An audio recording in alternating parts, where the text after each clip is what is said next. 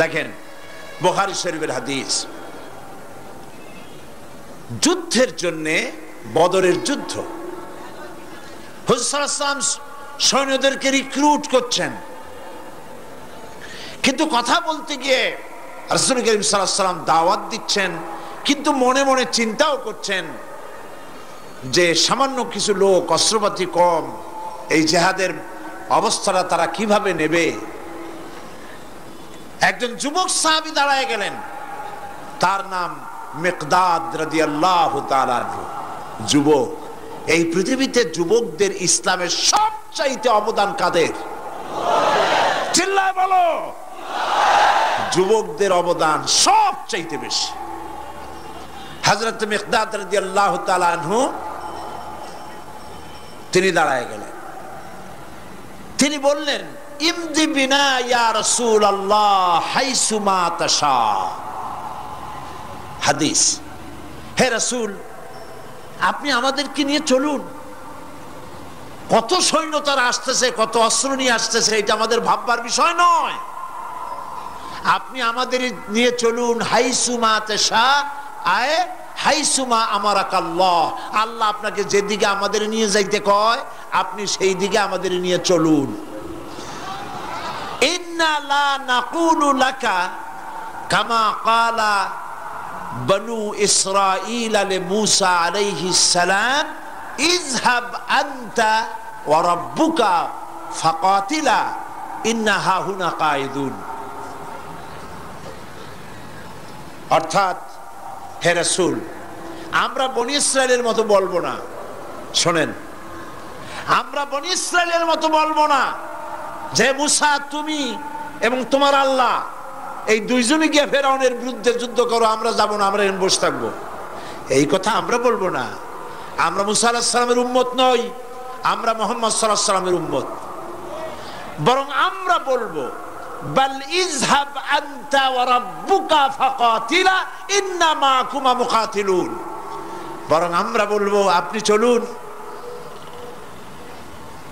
আমরা আপনার সাথে আল্লাহর হুকুম মাফিক লড়বো, জিহাদ করব।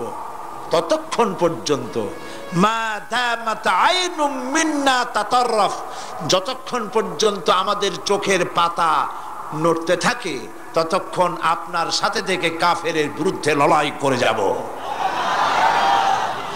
জীবনের পরোয়া তারা করেন নাই, জীবনের পরোয়া করেননি। হুজুর সাল্লাল্লাহু আলাইহি ওয়াসাল্লাম দারুণ ভাবে খুশি হয়ে গেলেন। হুজুর হেজিটেট ফিল করছিলেন যে এই সামান্য কিছু লোক, অস্ত্র নাই, পাতি নাই, এতগুলি লোকের বিরুদ্ধে যুদ্ধ করতে যাবে। যুবকের মুখে এই কথা শুনে হুজুর দারুণ খুশি হলেন।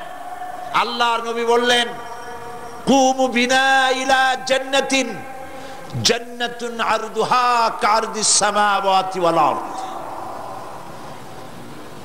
ও সাহাবীরা, তোমাদের মনোভাব যখন এই, তোমাদের মানসিকতা যখন এই, চলো আমার সাথে বেহেশতের দিকে, সেই জান্নাতের দিকে যেই জান্নাত আল্লাহর আকাশ আর জমিনের চাইতে অনেক প্রশস্ত। চলো আমার সাথে বেহেশতে, সুবহানাল্লাহ, চলো আমার সাথে জান্নাতে। ফাকামা উমাইর বিন হামাম ওয়া কানা ইয়াকুলু তামার।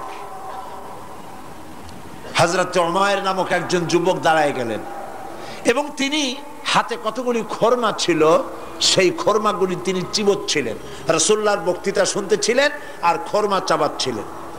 খরমা চাবান, বিচিগুলি ফেলে দেন, এভাবে করতেছেন, হাতে কতগুলো খরমা। হযরতে উমাইর বলছেন, ওয়াকালা বাখবাখ, অর্থাৎ আয় আযমাহু আয় আহসানাহু। হে রাসূল, আপনি কি সুন্দর কথা বললেন। আপনার সাথে লড়াই করতে যাব কাফেরদের বিরুদ্ধে, সেই লড়াই করলে এমন বেহেশত পাবো যে বেহেশত হবে আকাশ আর জমিনের চাইতেও প্রশস্ত। তাহলে ওয়াল্লাহি হাত্তা আকুলাহুন্না ইন্নাহা লাহায়াতুন তাবিলা, তাহলে আমার হাতে যে খরমাগুলি আছে এই সমস্ত খরমাগুলি খেতে গেলে কিন্তু অনেক সময় লেগে যাবে। এত সময় বেহেশতে যাওয়ার জন্য আমি তো তর সহ্য করতে পারবো না। ফারামা বিহিন্না, হাতের সব খরমা ভালাই দিলেন। যুদ্ধে ঝাঁপায় পড়লেন। অনেকক্ষণ কাফেরদের বিরুদ্ধে লড়াই করে হযরত ওমায়ের শাহাদাত বরণ করলেন। রাসূলুল্লাহ তার লাশের কাছে গিয়ে আঙ্গুল দিয়ে ইশারা করে বললেন, ইন্নাকা মিন আহলিহা। ওমায়ের, তুমি যেই বেহেশতে যাওয়ার জন্য খোরমাগুলি খাওয়ার সময় পাচ্ছিলে না, তাড়াতাড়ি করে খোরমাগুলি হাত দিয়ে ফেলে দিয়েছিলে, আমি আল্লাহর রাসূল, আমি সাক্ষী দিচ্ছি অবশ্যই আল্লাহর সেই জান্নাত তোমার জন্য অবধারিত। মুমিন ব্যক্তি সে কখনো মৃত্যুর ভয়ে উদ্দেশ্য হাসিল থেকে চুপ করে বসে থাকে না। সে ভয় করে কেবলমাত্র কাকে? সে মৃত্যুর ভয়। মৃত্যু হবেই। ক্ষণস্থায়ী জীবনকে কেন সেই অনন্ত সুখময় জীবনের জন্য উৎসর্গ করে দেব না, যা আল্লাহর কাছে পাওয়া যাবে কিয়ামতের দিন। দেখেন, মৃত্যু হওয়া উচিত মুসলমানদের শাহাদাতের মৌত হওয়া উচিত। কি মৌত হওয়া উচিত?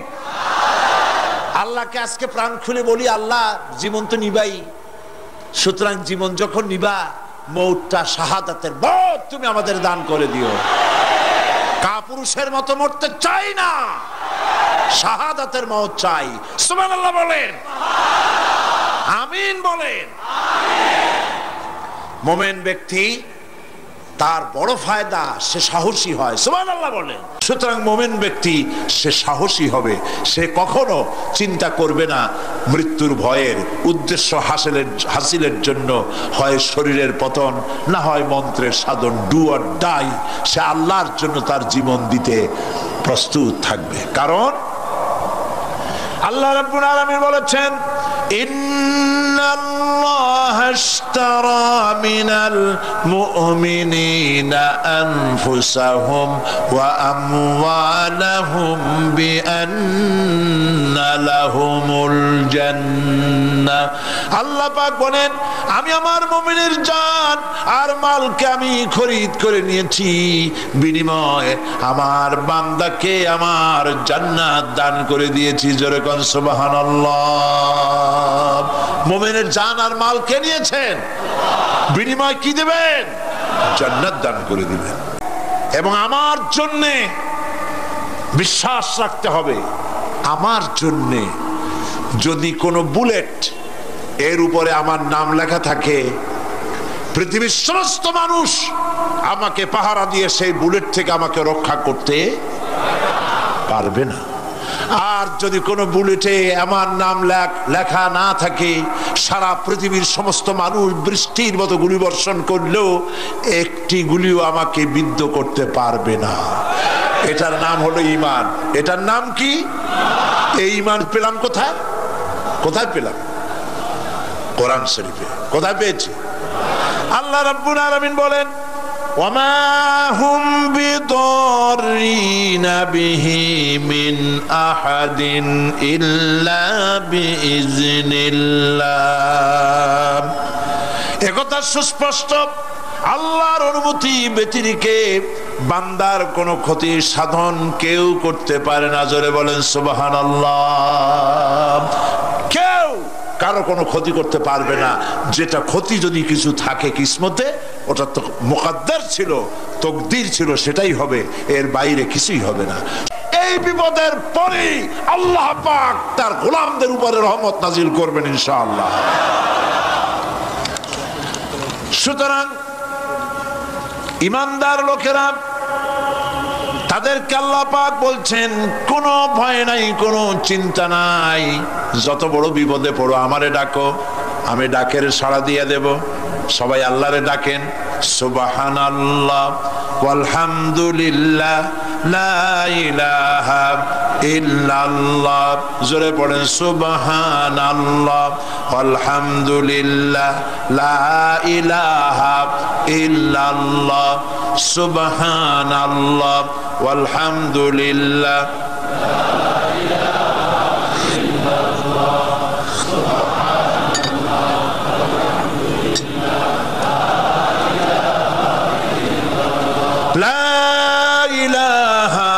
ইল্লাল্লাহু মুহাম্মাদুর রাসূলুল্লাহ।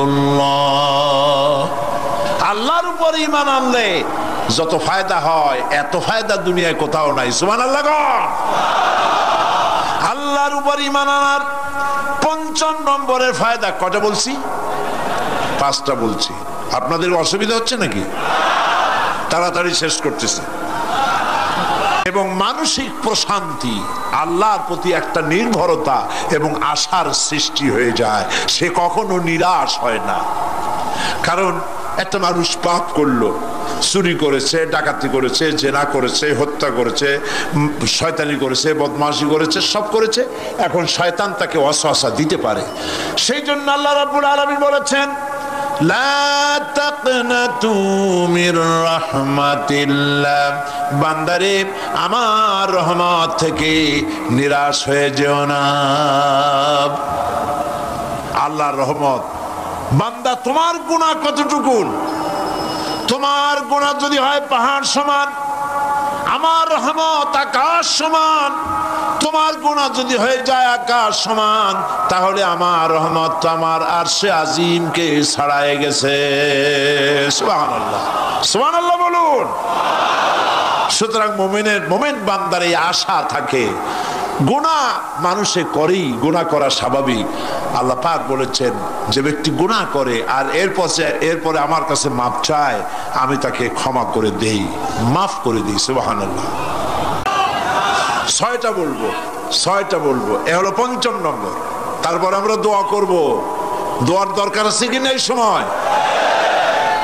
5ম নম্বরে আল্লাহর উপরে ঈমান আনলে পরে আরেকটি বড় ফায়দা, সেটা হলো কঠিন এবং কঠোর বিপদে আল্লাহ পাক তার মধ্যে অবিচলতার এবং ধৈর্য ধরার তৌফিক দিয়ে দেন। সুবহানাল্লাহ। যত বড় বিপদ আসুক, সেই বিপদে, মুসিবতে আল্লাহ পাক মুমিনদেরকে আল্লাহর উপরে নির্ভরতা শিখায় দেন। সুবহানাল্লাহ। কারণ মুমিনদের জানা আছে যে ঈমানদারদের বিপদ নতুন কিছু নয়, একেবারে আদম আলাইহিস সালাম থেকে শুরু হয়ে আসছে। ঠিক কিনা? আদম আলাইহিস সালামের বিপদ হয় নাই? আদম আলাইহিস সালামের বিপদ কি? শয়তান। তার বিপদ কি? শয়তান ছিল বিপদ। প্রত্যেক নবীর সময়ই মানুষের নবীদের কষ্ট দিছে, তাই নাই? বিশ্বকবি ইকবাল বলেছেন, সতীজা কা রহা হ্যায় अज़ल से ता इमरोज, सतीजा का रहा है अज़ल से ता इमरोज, चरागे मुस्तफा भी से शरारे बुलहबीस।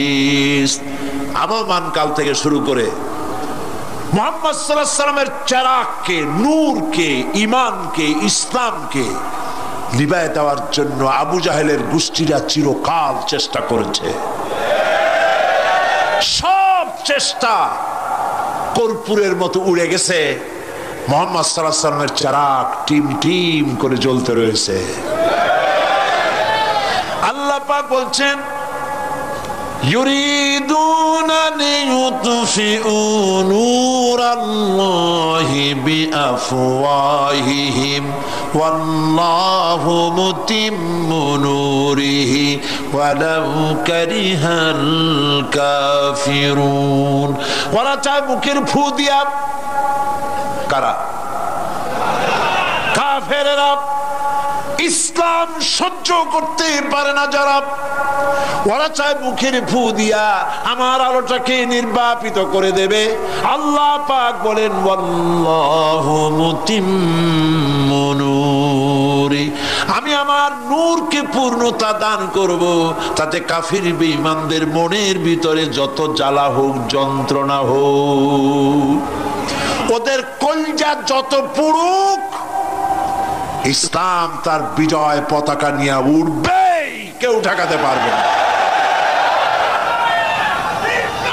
আল্লাহ রাব্বুল আলামিন, আল্লাহ পাক বলছেন, ওয়াকাযালিকা জাআলনা লিকুল্লি নাবিয়্যিন আদুওয়াম মিনাল মুজরিমিন। আর এমনি করে আমি সকল নবীর শত্রু বানিয়েছি সব পাপিষ্ঠ অপরাধ প্রবণ লোকদের। শুনছেন কথা? শোনেন নাই? আল্লাহ পাক বলছেন দুনিয়ার সব নবীদের তাদের জন্য আমি শত্রু বানাইছি। কাদেরকে? যারা সব থেকে বেশি পাপিষ্ঠ অপরাধ প্রবণ। এরা হচ্ছে নবীর দুশমন। এরা সব নবীদের সাথে দুশমনি করেছে। আজও দেশের আলেমদের সাথে দুশমনি করে সবচাইতে বড় পাপিষ্ঠরা। এটা কোরআন। এটা কি কোরআন? জোরে বলেন এটা কি? আল্লাহ রাব্বুল আলামিন বলছেন ওয়া কাযালিকা জাআলনা লিকুল্লি নাবিয়্যিন আদুওয়াম মিনাল মুজরিমিন। সব পাপীরা পাপিষ্ঠরা আমার দ্বীনের দাওয়াত যারা দেয় তাদেরকে জীবনের দুশমন মনে করে। কেন? শোনেন, আমি কারো আর শোনাচ্ছি? আমার আল্লাহর ওয়াজ। অপরাধটা কি? নবীদের বিরুদ্ধে, নবীর ওয়ারিস ওয়ারাসাতুল আম্বিয়া কারা, তো তাদের বিরুদ্ধে তাদের অপরাধটা কি?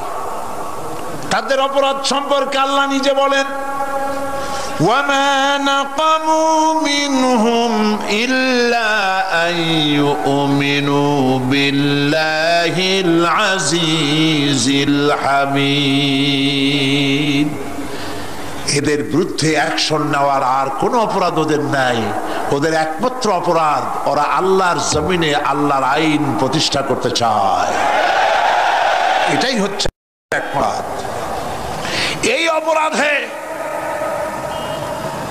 এই অপরাধে নবীদের শাস্তি হয়েছে। নবীরা মার খেয়েছেন, সাহাবায়ে কেরাম মার খেয়েছেন। আমরা তো সাহাবায়ে কেরামের জুতার ধুলার সমানও নই। সুতরাং এগুলি আমাদের পাওনা। এই রক্তের বিনিময়, জীবনের বিনিময় আল্লাহ পাক তার দ্বীনকে প্রতিষ্ঠা করবেন ইনশাআল্লাহ। وما خلقت الجن والإنس إلا ليعبدون। আমি মানুষ এবং জিনকে সৃষ্টি করেছি শুধুমাত্র আমার ইবাদতের জন্য, আমার গোলামির জন্য, আমার আনুগত্যের জন্য। এখন এই ইবাদত আমাদের সৃষ্টি হয়েছে কিসের জন্য? জবাব দিতে হবে সকলকে। কি জন্যে? ইবাদতের জন্য। আমি যে মাঝে মধ্যে প্রশ্ন করি তা থেকে আপনারা রাগ করেন নাকি? আমি আপনাদেরকে কষ্ট দেওয়ার জন্য প্রশ্ন করি না, এটি সুন্নতের একটি অংশ। হুজুর সাল্লাল্লাহু আলাইহি ওয়াসাল্লাম গুরুত্বপূর্ণ কথাগুলি সাহাবায়ে কিরামদেরকে 3 বার করে জিজ্ঞেস করতেন, যাতে করে কথাগুলি অন্তরের ভেতরে ঢুকে যায়, কলিজার ভিতরে ঢুকে যায়। আল্লাহ পাক আমাদের সৃষ্টি করেছেন ইবাদতের জন্য। কিসের জন্য? আমরা যেন তার গোলামি করি, সেই জন্য আল্লাহ পাক আমাদেরকে সৃষ্টি করেছেন। জিনদেরকেও সৃষ্টি করেছেন ইবাদতের জন্য। এই ইবাদত একটি ব্যাপক অর্থবোধক শব্দ। আমরা যদি ইবাদতটা নাই বুঝি তা আমাদের মানব জন্ম হবে বৃথা। ইবাদত হচ্ছে আল্লাহর পছন্দনীয় জিনিসগুলি আমল করে তার সন্তুষ্টি অর্জন করার জন্য প্রচেষ্টা চালানো জীবনের সকল ক্ষেত্রে। এর মধ্যে ইবাদতের ভিতরে এমন এক ব্যাপক অর্থ যে এর ভিতরে নামাজ, রোজা, হজ, যাকাত, সত্য কথা, আমানতদারি, দিয়ানতদারি, প্রতিবেশীর হক আদায় করা, মাতা পিতাকে শ্রদ্ধা করা, প্রতিবেশীর হক আদায় করা, স্ত্রীর হক আদায় করা, সৎ কাজের আদেশ করা, অসৎ কাজের নিষেধ করা, জিহাদ ফি সাবিলিল্লাহ করা, এ সব কিছুই হচ্ছে ইবাদতের মধ্যে শামিল। জিকির আজকার করা, তেলাওয়াত করা, আমলে সালেহ করা, এভাবে করে আল্লাহ পাককে খুশি করার জন্য আল্লাহর নির্দেশ মাফিক কাজগুলি করা, সবটাই হচ্ছে ইবাদতের মধ্যে শামিল। মানব সৃষ্টির উদ্দেশ্য এবং লক্ষ্যই হচ্ছে মানুষ গোলামি করবে, আনুগত্য করবে আল্লাহ পাকের। এই জন্য যত নবী আল্লাহ পাক পৃথিবীতে পাঠিয়েছেন সমস্ত নবী দাওয়াত দিয়েছেন তার উম্মতকে কি বলে, ইয়া কওমি ইবুদুল্লাহা মা লাকুম মিন ইলাহিন গায়রু। প্রত্যেক নবী তার জাতিকে তার সম্প্রদায়কে ডেকে বলেছেন, হে আমার জাতি, হে আমার সম্প্রদায়, এক আল্লাহর গোলামি করো, তিনি ছাড়া তোমাদের কোনো ইলাহ নাই, প্রভু নাই, মাবুদ বলে কেউ নাই।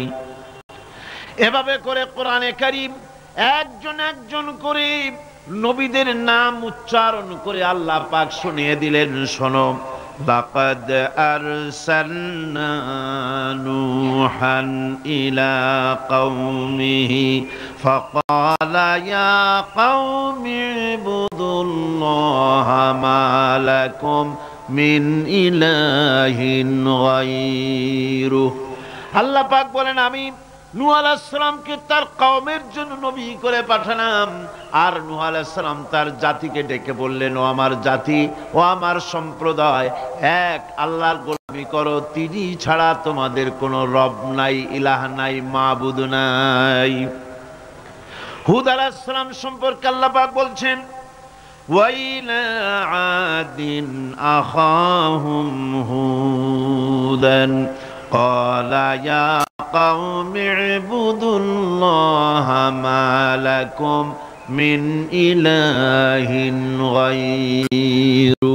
হুদকে আমি সামুদ জাতির জন্য, আমি সালেহ আলাইহিস সালামকে তার জাতির জন্য পাঠিয়েছি, হুদকে তার জাতির জন্য পাঠিয়েছি, এবং তারা সকলেই বলেছেন হে আমার জাতি, এক আল্লাহর গোলামি করো, এক আল্লাহর দাসত্ব করো, আর কারো গোলামি করা যাবে না। এভাবে করে শুআয়ব আলাইহিস সালাম সম্পর্কে আল্লাহ পাক বলেছেন, আমি মাদিয়ানবাসীদের জন্য তাকে পাঠিয়েছি এবং তাকে আমি বলেছি যে একমাত্র আল্লাহ পাকের গোলামি করো, জীবনের সকল ক্ষেত্রে তার আনুগত্য করো। আল্লাহ পাক এরপরে বলেন, শুধু নূহ, শুধু হুদ, শুধু সালেহ আর শুআয়ব নয়, শুধু মূসা আর ঈসা নয়, ওয়ালাকাদ বা'আসনা ফি কুল্লি উম্মাতির রাসূলা আন ইবুদুল্লাহা ওয়াজতানিবুত তাগুত। আমি প্রত্যেক জাতির জন্যই রাসূল প্রেরণ করেছি এবং সকলেই দাওয়াত দিয়েছেন, আন ইবুদুল্লাহ ওয়াজতানিবুত তাগুত, এক আল্লাহর গোলামি করো, এক আল্লাহর আনুগত্য করো, আর তাগুতকে বর্জন করো। তাগুত হচ্ছে সেই শক্তি যে শক্তি শুধু নিজেই আল্লাহর আইন অমান্য করে না, অন্যদেরকেও অমান্য করতে বাধ্য করে, তাকে কি বলা হয়? কোরআন বলছি, وَمَا أَرْسَلْنَا مِنْ قَبْلِكَ مِنْ رَسُولٍ إِلَّا نُوحِي إِلَيْهِ أَنَّهُ لَا إِلَهَ إِلَّا أَنَا فَاعْبُدُونِ। আল্লাহ পাক বলছেন, হে নবী, তোমার পূর্বে এই পৃথিবীতে আমি যাদেরকে পাঠিয়েছি তাদের সকলের প্রতি আমি এই ওহী অবতীর্ণ করেছিলাম যে তারা তার জাতিকে বলবে, লা ইলাহা ইল্লা আনা, আমি ছাড়া কোনো ইলাহ নাই, অর্থাৎ আল্লাহ ছাড়া কোনো ইলাহ নাই। এই কথাটা নবীরা সকল জাতির কাছে তারা বলবে, এই বলে ওহী নাজিল করেছে, এবং তারা বলবে একমাত্র আল্লাহ পাকের গোলামি, তার আনুগত্য জীবনের সকল ক্ষেত্রে করতে হবে, তিনি ছাড়া কোনো ইলাহ নাই, এটাকে বিশ্বাস করতে হবে।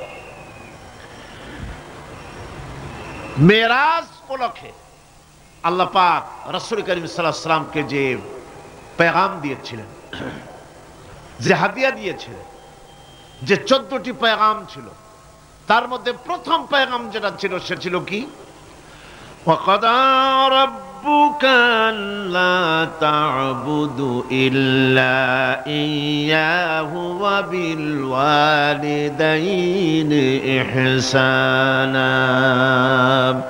তোমার রবের পক্ষ থেকে এটা চূড়ান্ত রূপে ফয়সালা হয়ে গিয়েছে চূড়ান্ত ফয়সালা হয়ে গিয়েছে যে দাসত্ব, গোলামি, আনুগত্য করতে হবে কেবলমাত্র আল্লাহ সুবহানাহু ওয়া তাআলা। আল্লাহ পাকের গোলামি ছাড়া কারো গোলামি করা যাবে না। এখন এই গোলামিটা কি জিনিস, আসুন আমরা ব্যাখ্যা করে আলোচনা করে বুঝতে চেষ্টা করি গোলামিটা কি।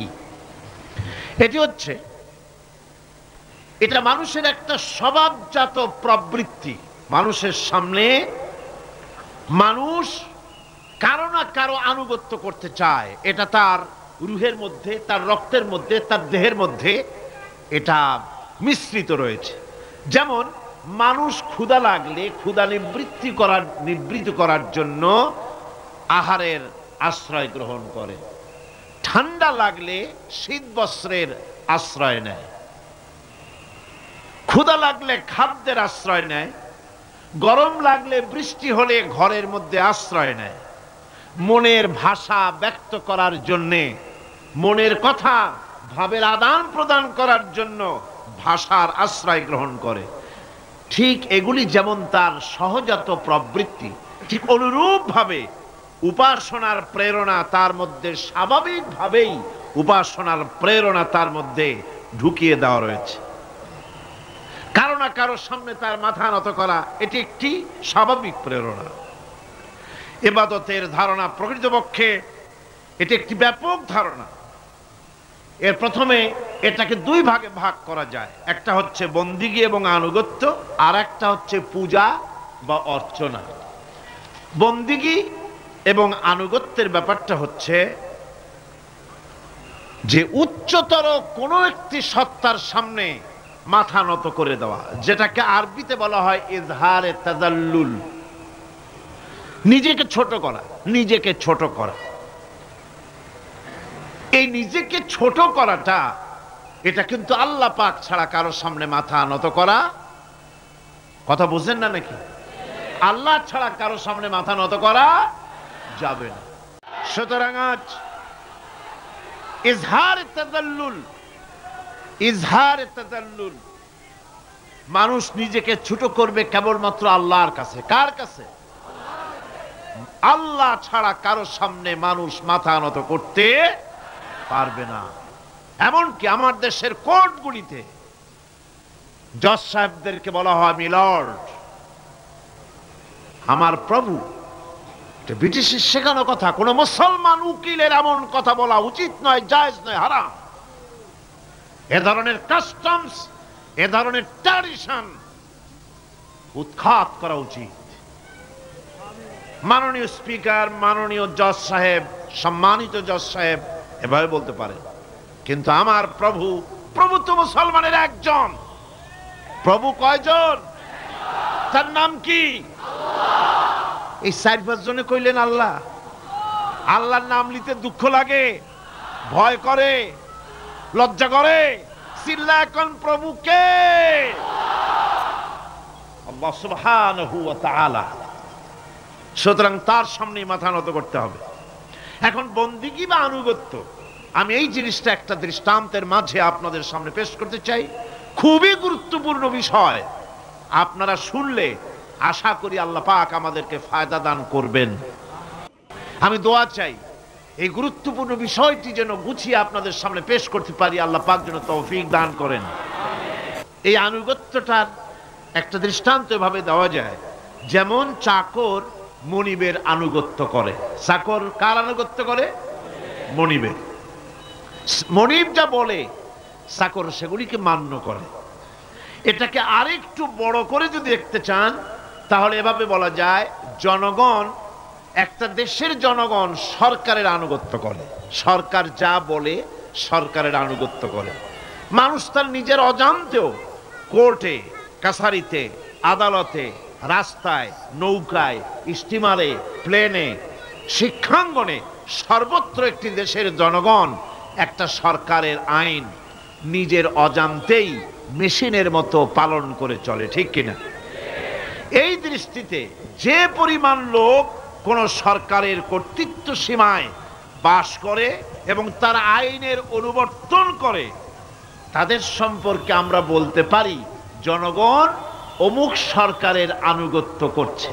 আর এটাকে যদি আরবিতে বলেন তাহলে বলা যায় এভাবে, জনগণ অমুক সরকারের ইবাদত করছে, আনুগত্য করছে, দাসত্ব করছে, গোলামি করছে। এবার এই ধারণাটিকে আরো একটু প্রশস্ত করে দিন, তাহলে আপনি দেখতে পাবেন, প্রথমে বললাম মনিবার চাকর, তারপর বললাম জনগণ আর সরকার। এবার এই দৃষ্টিকে আরো প্রশস্ত করে দিয়ে বিশ্বের দিকে তাকান, মহা শূন্যের দিকে তাকান, গাছপালা, তরু লতা, কীট পতঙ্গ সব যেন কারো আইন মেনে চলছেই তো মনে হয়, নাকি কন? এবার শুনুন আল্লাহ পাক কি বলছে।